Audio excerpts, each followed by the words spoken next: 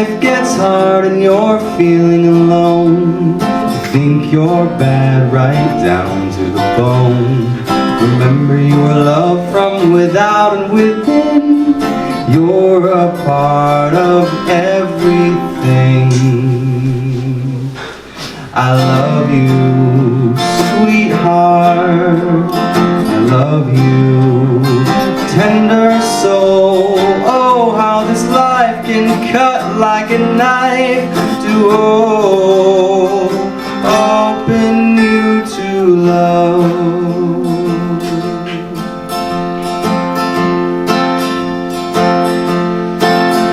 When days are long and you're needing a friend, and mean old thoughts are filling your head, remember there's a light that shines all around, just waiting to be found. I love you, sweetheart. I love you, tender soul. Oh, how this life can cut like a knife to open you to love. When it seems these days last forever, and the pain won't change with the weather, hold on, my heart. Hold on, my heart.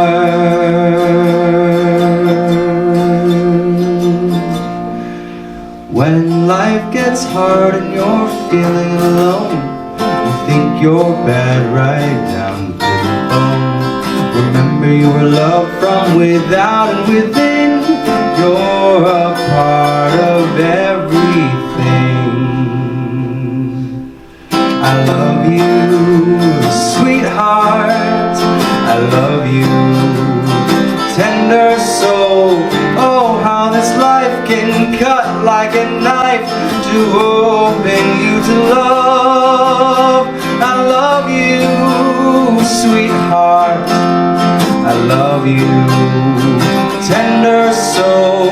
Oh, how this life can cut like a knife to open you to love.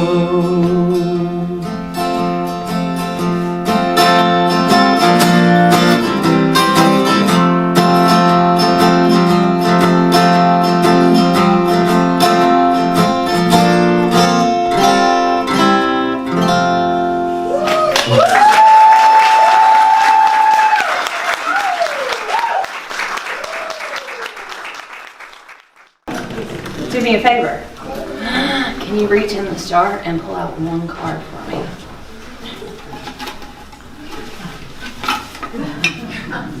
Excellent. Thank you ever so much. Professional jar card puller.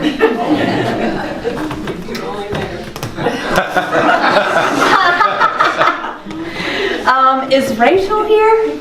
No, Rachel's not here. Okay, well this is Rachel Levin's card.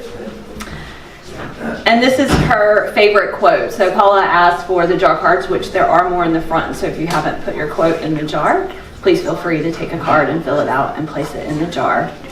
But her favorite quote, life isn't about waiting for the storm to pass. It's about learning to dance in the rain. And that is a quote by Vivian Green. So thank you, Rachel.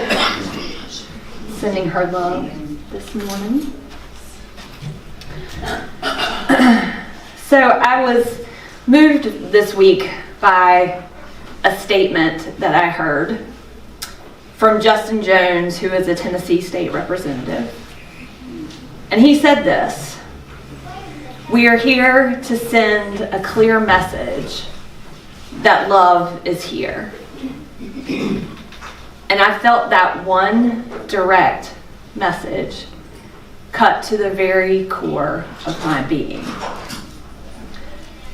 how we choose to show up in a situation, the words that we use, the way in which we treat other living beings, how we do our own inner work through whatever practice that is and how that looks for you, how we build this spiritual soul-centered community. To me, all of these are opportunities for us to spread that word, right? That love is here. And it's here. And it's here. And it's here. And it's here. And I usually dread any thought in my thinking mind that starts with what if, right? Because usually that thought is being generated from a place of fear. It's a future thought. There's anxiety associated with it. However, in this situation, I had a what if moment that came from a place of trust and of oneness, which was what if this one reminder that love is here, this one reminder, what if each and every day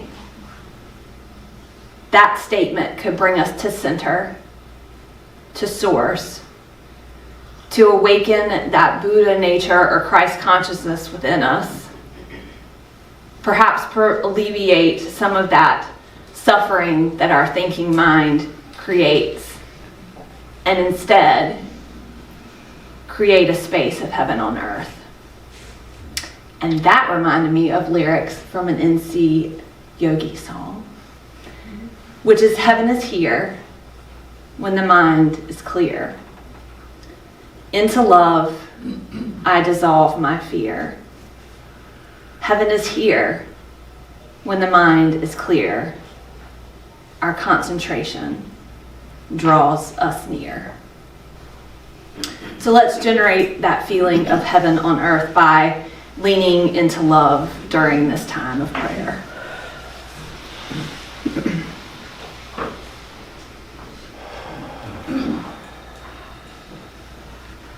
Holy Heart of the universe, may we come into this time with an open heart and an open mind.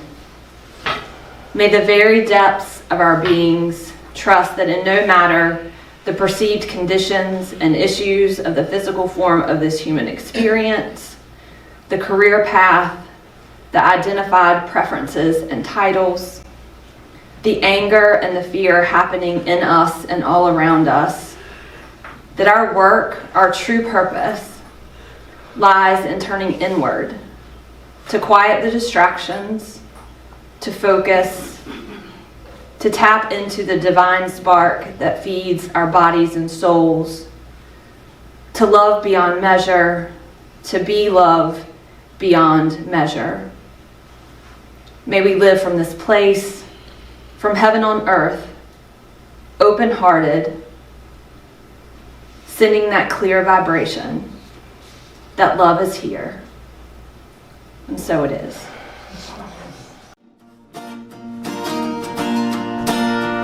You are loved beyond measure, worth more than any treasure. You're deserving of your dreams.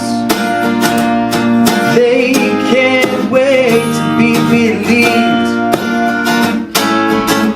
Heaven's never far away, even on dark nights. All it takes is one small step to lead you back to light.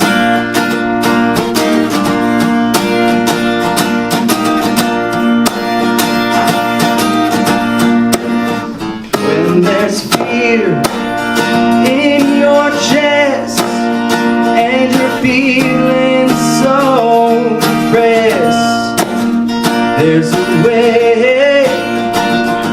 Ooh, this I promise you. Heaven's never far away, even on dark nights. All it takes is one small step to lead you back to the light. There's always room to grow, you can always change your mind. If with one small step to lead you back to the light. Though the step is small, it takes all your strength to take that leap, to have the faith. If you fall down, you'll be okay. You'll be caught by a feather bed.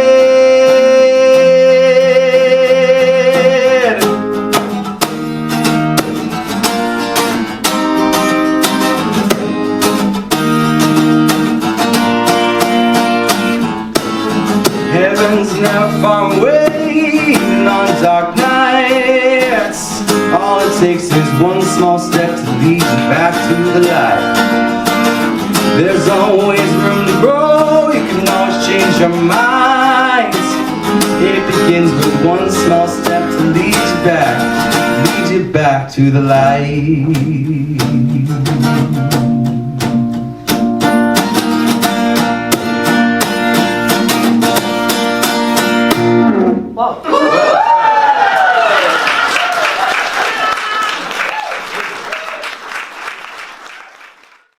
Like to welcome Deb Bowman, who is a former grief counselor and retired faculty member from UNCW School of Social Work. She is a published author and speaker and human extraordinaire. So Deb, we really look forward to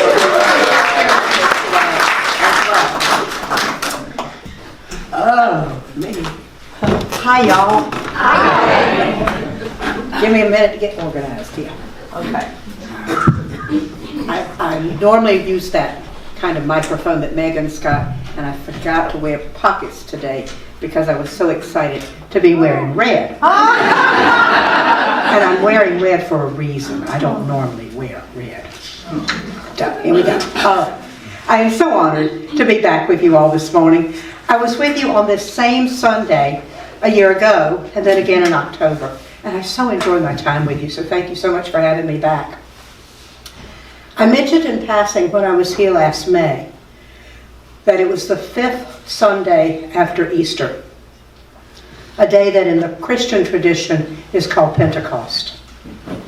And the traditional color of Pentecost is red, which is why I'm wearing red today, and I'll tell you more about that in a minute. But the word Pentecost actually comes from the Greek, and it means 5. And that's a big part of what we're going to talk about today. So those of you who like to talk about numbers and numerology and stuff, here we go. Don't go some other places too. Okay. All right, so here we are. Let me figure it out. Okay, so I want to talk about 5. And I want to talk about the number 5 as a number of balance. And I know that that's counterintuitive. I get that, because we think of even numbers as being balanced. So bear with me here as 5 becomes a number of balanced. If your life is like mine, and I bet it is, your days swing like a pendulum. I mean, finding balance in our lives is really hard. That notion of mind, body, spirit balance, that notion of work, home, life balance, balance of relationships, and so much more. And so I want to talk about the notion of balance today in terms of a concept of the number 5 that can help you with finding that balance in our lives. So, because of Pentecost relationship with that number 5, I want to bring that notion to you of balance in terms of the 5 elements: air, fire, water, earth, and spirit. And we're going to bring all of that together, I hope. So, we're going to talk about how those elements can be a part of our world every day. So let's go back 2,000 years and look at that day of Pentecost in the Christian tradition. Now this sent me down a rabbit hole of research to go there, so this was kind of fun for me.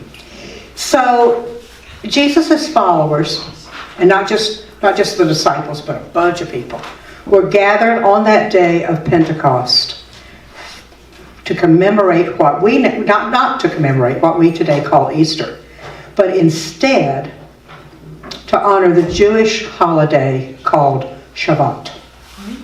And Shabbat is the actual closure of the Jewish festival of Passover.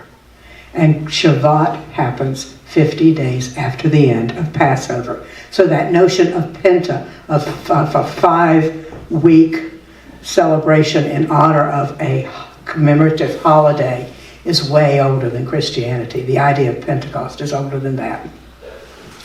The disciples were not gathered on that day to honor what we now think of as Pentecost and Easter, but the holiday of Shavuot. They were not gathered expecting a new day dawning in the only a few weeks old Christian tradition. They were not there to gather a kind of Pentecost new in terms of the Jewish tradition or a new way of being in the world. And yet there they were on this amazing day. Because while they're all gathered in this house, trying really to figure out who they are and what has just happened in their world, and at the same time honoring a 4,000-year-old tradition in their practice of Judaism, and they come from a lot of different places. Jerusalem was a big hub of commerce and so forth at that time, even then. So there were a bunch of people gathered in this house, and there comes this rushing wind into the house, and it roars through the house. And the Hebrew word for that wind is ruach, R-U-W-A-C-H. And it can be translated as wind, breath, or spirit. And it is important to note that this word is a feminine word. Just saying. And I believe that was a reason for us to really contemplate the notion of, again, we're looking at balance, of finding a way of honoring both that continuum rather than both, that continuum of masculine and feminine in our lives. So there they were in this house, including, I learned this, the newest disciple, whose name was Matthias, who took Judas's place. I didn't know about that until I read this. But there they are. They're all there to gather this closing feast of Passover. And the passage in the book of Acts is not very clear, at least it wasn't to me, about what some of the things were happening in that house. And it says that a lot of people were present from many countries, speaking many different languages. They'd all come to Jerusalem for the Passover, basically. And out of nowhere comes this wild wind, this spirit, this energy of the divine feminine. And in the book of Acts, this is a quote, that wind was followed by cloven tongues like as of fire, and it sat on each of them. And they were all filled with the Holy Ghost and began to speak with other tongues as the Spirit gave them utterances. Now, many of us today, 2,000 years later, think of this Pentecost and speaking in tongues things in a very different way than it might have been meant to be as I read this quote. So let me talk about that. What is amazing about that passage, if you keep reading, is not that people were able to speak in tongues that people couldn't understand, in languages that people couldn't understand, but rather languages that they could. That here are these people from all these different places trying to learn, trying to communicate, and what was given to them was the ability to understand each other's language. And I love looking at that from that perspective, is rather than speaking in languages we could not understand, but rather in languages that we could. And so, in some ways, that day reversed the much more ancient story of the Tower of Babel, where the languages were separated. Here was finally a time where people could communicate, and being able to come together and find common ground was such a wonderful thing. And so this fire that followed the wind, that gave people the way of looking at languages in a different way, is the reason that red is the color of Pentecost. It is the reason I'm wearing a red dress today. So let me talk about how, we've talked about wind, we've talked about fire. There's a lot more to taking this notion of how all of this begins to come together. So let's talk about how this history, this story, can relate to our day, our world today, and how differing cultures and beliefs can come together, how we can explore a way of being in the world where we find common ground. Megan mentioned that in her talk. Nate sang about it. How do we do it? And I don't know that I know the answer to that question, but I sure enjoy exploring it and trying to figure out better ways on a daily basis that I can do that. And one of the ways that helps me to do that is to have a practice that brings in the notion of balance. So what I'm going to talk about to you now comes from the Celtic tradition. There are many different ways of addressing this topic, and they're all right and they're all different, and that's okay. So here's where I want to go. I want you to imagine a circle, and I know from my perspective I'm probably doing this backwards to you. Let me see if I can do it how you always get. Hold on. So we're going to start in the east, okay? We're going to start with air. So imagine a circle. And air, of course, is associated, the element of air is associated with the direction of east. And think of the rising sun, the first breath of the day. And air is about hope and promise and newness. The element of air gives us the gift of intuition, of illumination. And when we think of it on a wheel, we think of it as yellow because of that illumination in the east. And then we move around the circle to the south, to fire, to the notion of heat and passion. Fire is about movement and power and strength. It is fire that gives us the gifts of determination and action. And its corresponding color, of course, is red. And then we circle around to the element of water. And water is associated with the direction of west, the ability to navigate both calm, lovely streams and raging storm waters. Water gives us the gift of introspection and self-reflection. And its colors are blue or black. And then we move to the top of the wheel, to the element of earth. And earth is associated with the direction of north and the trait of groundedness, of home. Earth gives us the gift of a solid foundation and connection to all beings on this planet. Its colors are white, green, and brown. And then finally, there's that fifth element, that notion of spirit, which pulls all of the other four elements together. It encompasses them all, and it is spirit that is our compass rose. Spirit embodies all that is, ever was, and ever shall be. It is its job, spirit's job, some of them, are to give us the gift of understanding, of being connected to ourselves, both within ourselves and without ourselves, to all other beings, and to the cosmos beyond comprehension. So why do we need that awareness of all that I've just said? One answer is really very simple. When you look at the directions, the 5 directions, air, fire, water, earth, and spirit, knowing those directions tell us where we are. And I mean that literally. Do you know where you are? How many of us in this room can tell you the latitude and longitude of Wilmington, North Carolina? Really? Lord have mercy. 3574. Thank you. Who said that? Did you just look it up? No. You're a sailor. Huh? Are you a sailor? No. Because sailors usually know that. There was a time, a long time ago in a land far, far away, where the way we figured out where a hurricane was on a paper map that we charted, right? And we had to know the latitude and longitude of Wilmington, and we had to kind of know what all that looked like. And today, of course, with this modern world, that's no longer true. But here's where I'm going with that question. If you can find those coordinates on a map, if you can chart them, then you know how to be prepared. You know how to make decisions in your life if you know where you are and where the world around you is. If I ask you to point to east right this minute, How many of you could do that? It's not you, you already know. How many of you know where east is? Good job, yay, yay, that's great, because a lot of people don't, you know.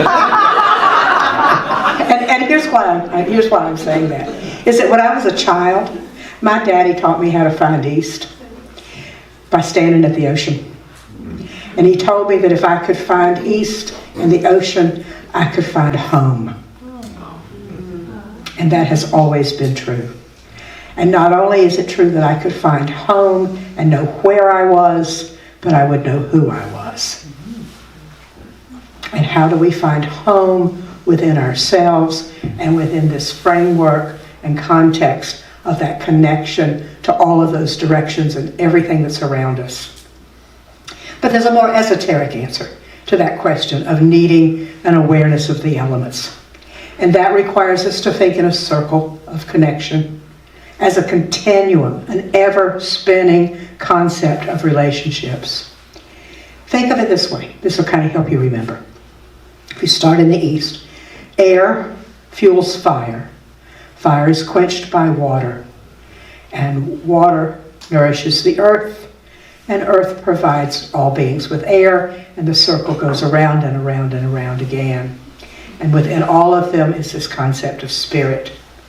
Spirit which we know intuitively, which we may not have the names for, and which is beyond comprehension. But how do we do this? I mean, this is an interesting conversation, and we've got this time together this morning, but then what do we do with it? What do we do with it? Well, here's one thing we do. My friend Jamila says, give Deb a flat surface and she will build an altar. Folks, that is true. There are people in this room who have been to my house and know it to be true. And it is true.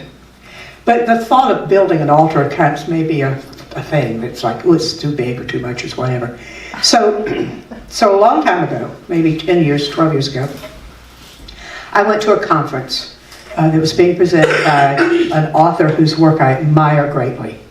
And I had expected that she would come out talking with this elaborate altar on the table in front of her. And here's what she did.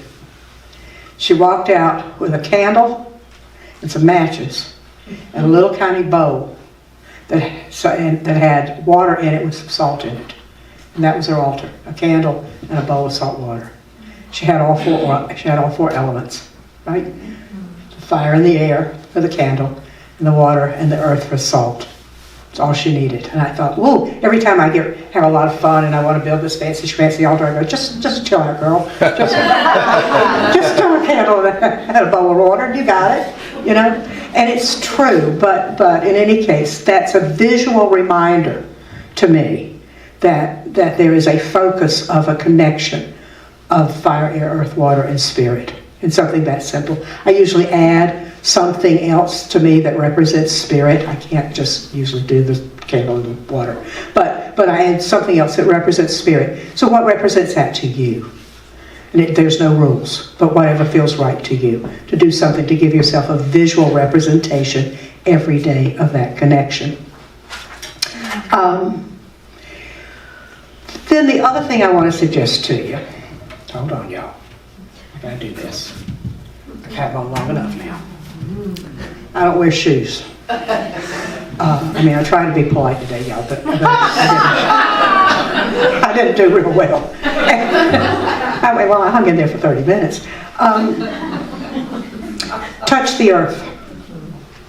Literally, touch the earth. And this is as close as I can get, here today, being barefooted. But to really be grounded in whatever is your space on Mother Earth. I know a lot of us have read about trees and the energy coming up through the trees and the earth to us, and it does, but we give back. It's a circle. It's always a circle of connection. So go outside and touch Mother Earth. Touch a tree. I am blessed to live in a beautiful place where the trees, I live in the Maritime Forest on an island, and the oak trees grow up out of my deck. And when a storm is coming, I go out and I touch every single one of them. And I say, thank you. for all that you're doing. And please hang in there. We'll be in this together. We'll be okay. So far, so good. So walk on the beach. Put your toes in water. Hear the elements here as I'm talking. Go outside in the darkness and look up at the stars and the moon. Were any of you able to see the Northern Lights recently? No, me neither. But I wanted to. I went out with my camera and everything and it didn't work. Or my phone. Pay attention to the evolving cosmos. When is the moon full next? March 23rd. Thursday. Yeah, that's right. Listen to earth music. And by that I mean, on one hand, the sound of the waves, rustling of leaves, crackling of fire, crickets chirping, birds singing, you know. But play Vivaldi's Four Seasons or Paul Winter Consort's Misa Gaia. Do you all know that piece of music? Oh, it's gorgeous. So play music that connects you to the earth. Listen. And most important, after I've rattled off all these things to suggest for you do, don't do anything. And I mean that. I mean it. Take no action at all. Simply be. Just sit or stand or kneel and breathe. Just breathe. Offer gratitude. More than anything else we can do to that notion of connectedness, it is to say thank you. I bet for many of us in this room, those are the first two words we say in the morning and the last two words we say at night. I'm seeing people nod with me. Absolutely. So, inviting in this conversation about connection to the elements in many different ways that we can do that in our lives brings me to one of my favorite poems. And I bet it's one of yours. It is called A Summer Day by Mary Oliver. And I will try to read it and do her justice. Who made the world? Who made the swan and the black bear? Who made the grasshopper? This grasshopper, I mean. The one who has flung herself out of the grass. The one who is eating sugar out of my hand. Who is moving her jaw back and forth instead of up and down. Who is gazing around with her enormous and complicated eyes. Now she lifts her pale forearms and floats away. I don't know exactly what a prayer is. I do know how to pay attention, how to fall down into the grass, how to kneel down in the grass, how to be idle and blessed, how to stroll through the fields, which is what I have been doing all day. Tell me, what else should I have done? Doesn't everything die at last and too soon? Tell me, what is it you plan to do with your one wild and precious life?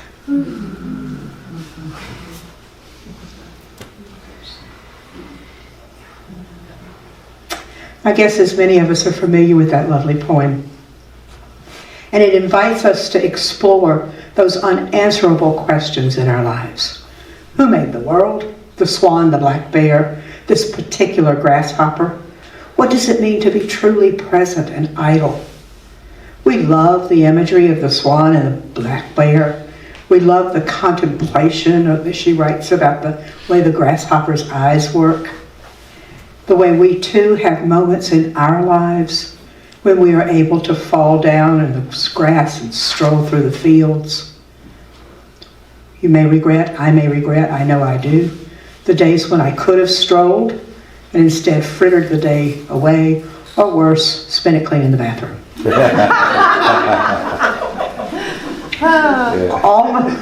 Almost a seemingly throwaway line at the end, near the end. Buried in the middle of the poem is this: I don't know exactly what a prayer is. I too don't know what a prayer is. I think that line is just as important as those two well-known lines at the end of the poem. How do you define prayer? Is it supplication, request, petition, hope? Is it a way of offering up gratitudes? You see, prayer indicates some kind of communication, at least to something or someone. To whom or to what are you speaking? Mary writes of prayer as a way of paying attention, of being deeply aware and connected to the world around us, as she was to that grasshopper. To get on our knees and really, truly be connected to the world, to be still, to be idle, to realize how blessed we are. I'd like to propose to you that awareness, that honoring of being deeply connected with the world around us, with the elements, is a way of praying. And when we do these things, we pray without ceasing. And the wind and the fire and the earth of spirit enfold us and comfort us and teach us and love us every moment of every day. And as in many of Mary Oliver's poems, of course, the zinger comes at the end. She reminds us that everything dies and dies way too soon. And then she asks what we're going to do with our one wild and precious life. So I know that many of us here probably believe that we've had more than one life. We're going to have another one. But she asks about this one particular life. What are we doing now? How are we connected to now? And I love the idea that my life is both wild and precious. So I invite you in this constellation of information that we've worked our way through this morning to think about what makes your life wild and precious, and how you might find and be more deeply connected to balance in your life through working with those 5 elements. Just think about it. So if it's comfortable for you to do so, close your eyes, drop your shoulders, take a deep breath. Everybody close your eyes if you're comfortable to do so. Drop your shoulders and take a deep breath. And one more. And yet one more. And see yourself in your favorite place in nature. Take a moment to really be there. Breathe deeply and smell it. Smell the fragrance of life renewing itself. Feel the light on your skin. Perhaps the warmth of the sun. Is there water nearby? The ocean? Or a stream? Or gentle rain? Feel your feet on Mother Earth, the ocean, as you walk along the shore. Feel that energy rising up into your body. Bring your attention to your heart. Place your hand over your heart and take another deep breath. And just breathe. And stay with yourself in this space.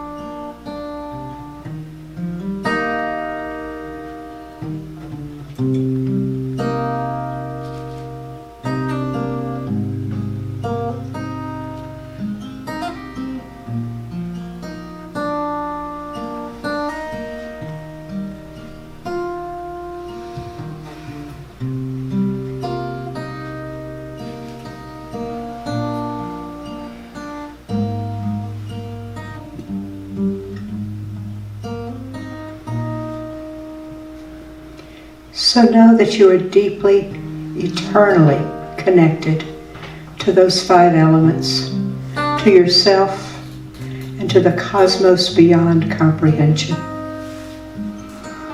Then take one more long, slow, deep breath and flutter your eyes open and come back into the room.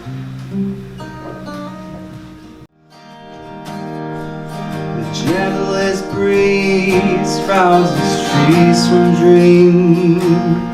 They stretch out their branches and shake off their sleep.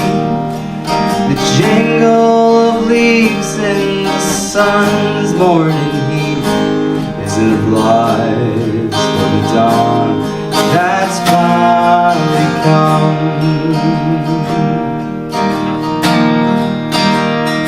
As the world lights up, birds sing out their praise. Give thanks to creation for one more day. As I listen from bed, there's a smile on my face. What a blessing to be here this morning.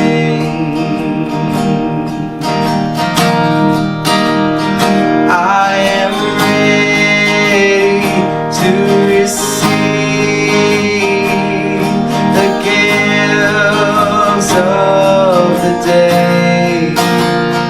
No more hiding my soul's light away.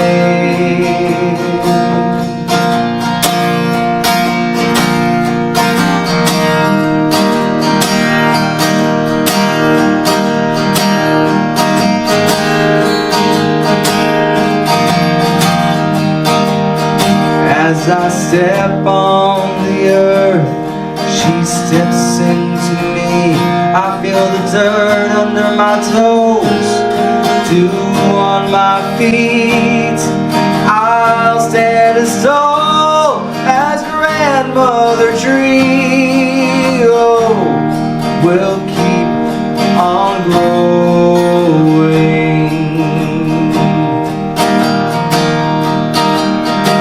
As wide as the sky, as deep as the sea, there's something inside me that longs to be free. If I just listen, if I just breathe, anything can happen if I believe.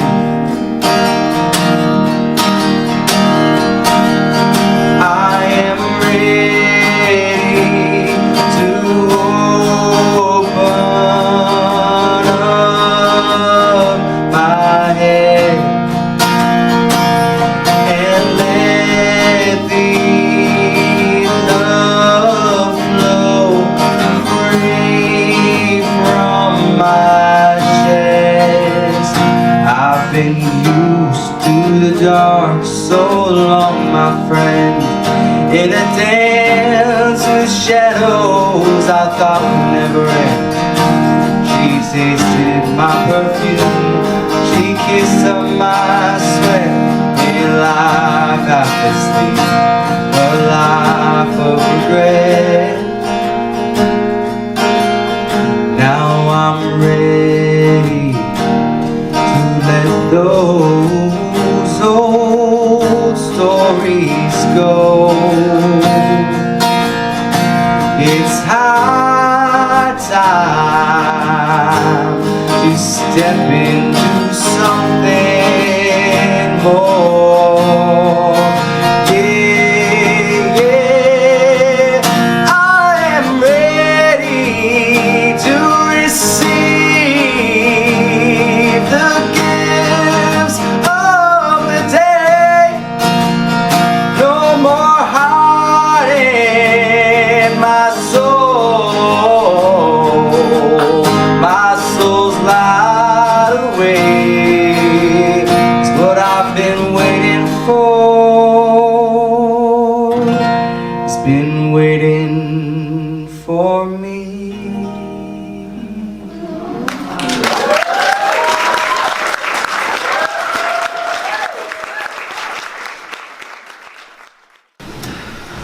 May I be filled with loving kindness.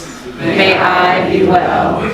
May I be peaceful and at ease. May I be happy. May all beings be filled with loving kindness. May all be well. May all be peaceful and at ease. May all be happy.